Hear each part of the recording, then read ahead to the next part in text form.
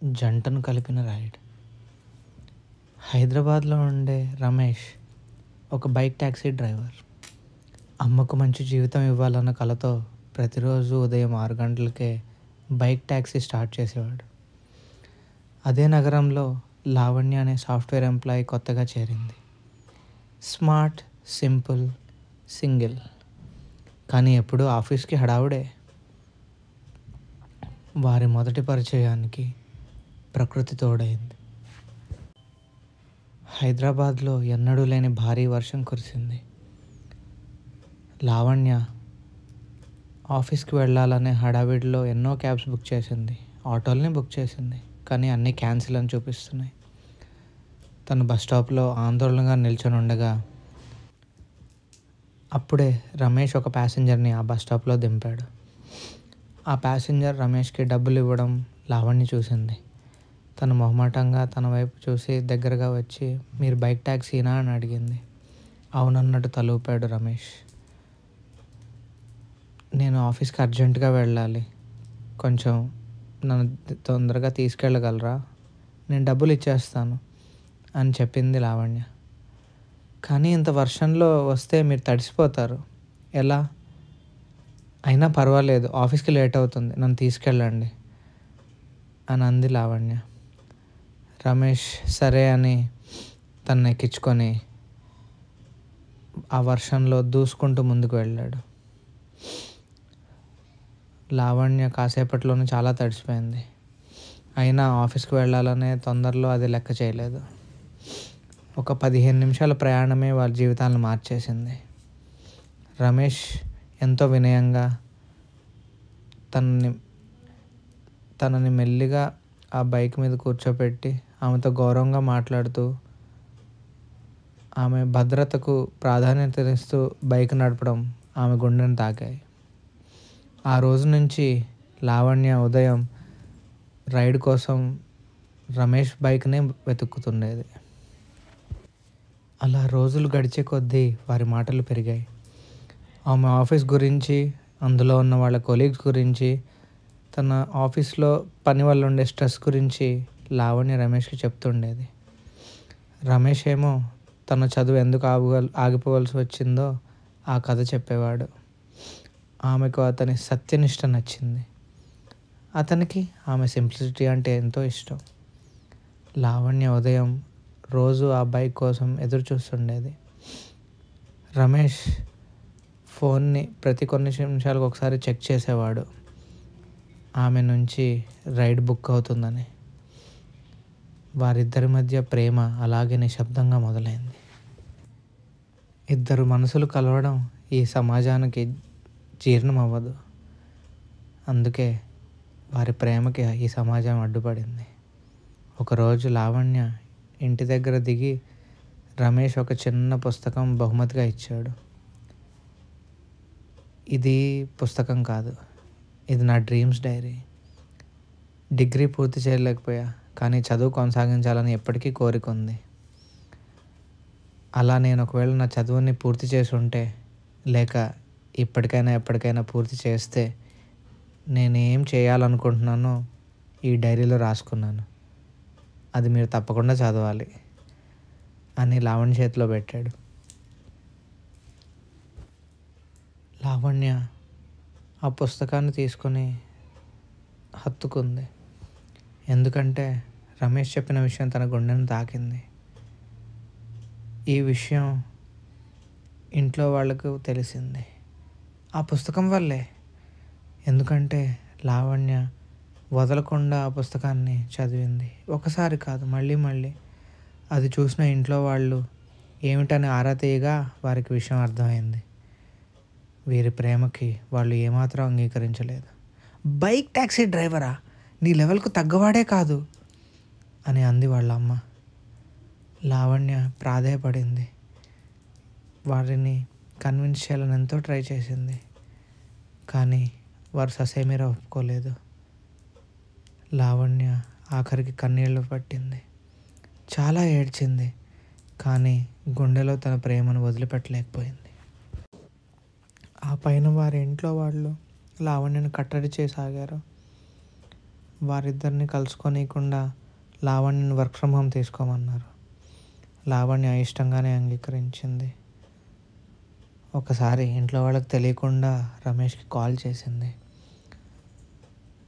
రమేష్ చాలా ఆతృతగా, లావణ్య ఏమైపోయావు? ఎన్ని రోజుల నుంచి నీకోసం ఎదురు చూస్తున్నానో తెలుసా? కనీసం నీ నుంచి మెసేజ్ కూడా లేదు. చాలా కంగారు పడ్డాను.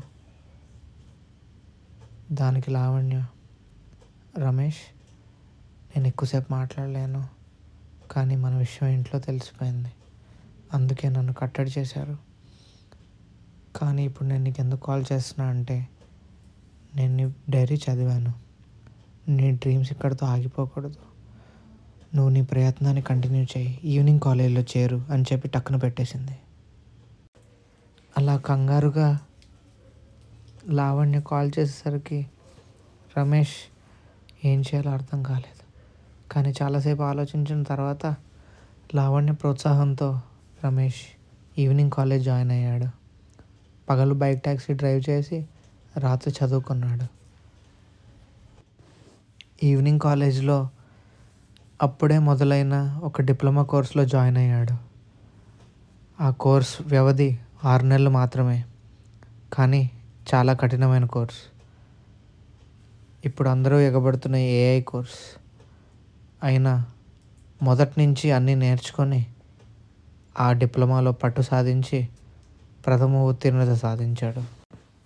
అలా ఏఐ డిప్లొమా పూర్తి చేసి ఆ పట్టా పట్టుకొని కాళ్ళరిగేలా ఆఫీసుల చుట్టూ తిరిగారు. బైక్ ట్యాక్సీ డ్రైవర్కి ఉద్యోగమా అని చాలామంది ఎద్దేవా చేశారు. అయినా పట్టు వదలకుండా తన ప్రయత్నం తను చేశాడు. ఆఖరికి ఒక కంపెనీలో ఉద్యోగం సాధించాడు. ఆ ఆఫర్ లెటర్ పట్టుకొని లావణ్య ఇంటి ముందు వాలాడు. మొదట వాళ్ళ తల్లిదండ్రులు అతన్ని లోపలికి రానివ్వలేదు. ఛీ, బైక్ ట్యాక్సీ డ్రైవర్ అయ్యుండి ఎంత ధైర్యం రా మా ఇంట్లోకి రావడానికి, వెళ్ళు అని వాళ్ళ నాన్న గదమాయించాడు. అయినా తను చాలా ఓపికగా ఆయన్ని బతిమలాడాడు. అయ్యా, నేను బైక్ ట్యాక్సీ డ్రైవర్ని అయి ఉండొచ్చు, కానీ లావణ్య ప్రేరణతో విద్యను అభ్యసించి ఉత్తీర్ణత సాధించి ఉద్యోగం సంపాదించాను. అది సంపాదించాకే మీ ముందుకు వచ్చాను. ఇప్పుడు మీరు అనుకున్నట్టు నేను బైక్ ట్యాక్సీ డ్రైవర్ని కాదు, నేను కూడా సాఫ్ట్వేర్ ఎంప్లాయీనే. ఇప్పటికైనా లావణ్య నన్ను వేరు చేయకండి, మీ కాళ్ళ మీద పడి వేడుకుంటున్నాను, నన్ను లావణ్యను ఒకటి చేయండి అని కన్నీళ్లతో ప్రాధేయపడ్డాడు. అది చూసి లావణ్య తల్లిదండ్రులు ఆశ్చర్యపోయారు. లావణ్య ఆనందానికి అవధులు లేవు. తల్లిదండ్రులు ఇప్పుడు అతన్ని వద్దనడానికి ఏ కారణం చూపించలేకపోయారు. అందుకే వాళ్ళ ప్రేమకి అంగీకారాన్ని తెలిపారు. వాళ్ళిద్దరూ ఒకటవడానికి ఎంతో సమయం పట్టలేదు. ఒకరోజు రమేష్ పూలతో అలంకరించిన బైక్తో లావణ్య ఇంటికి వెళ్ళి, ఆంటీ, అంకుల్, నేను ఎక్కడ మొదలయ్యానని కాదు, ఇప్పుడు ఎక్కడికి చేరుకున్నానని మీకు వేరే చెప్పక్కర్లేదు అనుకుంటా. లావణ్యను సంతోషంగా ఉంచే సామర్థ్యం నాకు ఉంది. తనని తీసుకెళ్ళడానికి వచ్చాను మీ అనుమతితో అని ధైర్యంగా చెప్పాడు. ఇంట్లో వాళ్ళు అడ్డు చెప్పకపోయేసరికి లావణ్య ధైర్యంగా ముందుకు కదిలి ఆ బైక్ ఎక్కి కూర్చుంది. ఇంట్లో వాళ్ళు కూడా ఒకరినొకరు చూసి ఆనందపడ్డారు. కొన్ని నెలల తర్వాత సాదాసీదాగా కానీ ఒక అందమైన పెళ్ళి వేడుక జరిగింది. ఇకపై కూడా నేను బైక్ ట్యాక్సీ నడుపుతాను, నీకు అభ్యంతరం లేదుగా అని అన్నాడు రమేష్.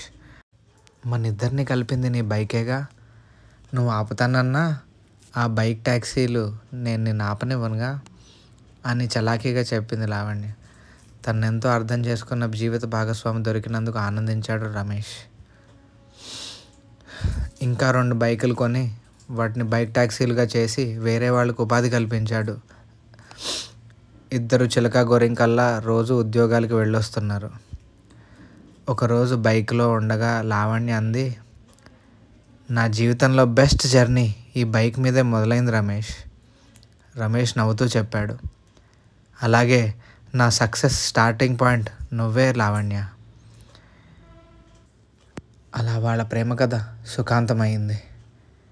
ఈ ప్రపంచంలో అందరికీ అదృష్టం దొరకదు.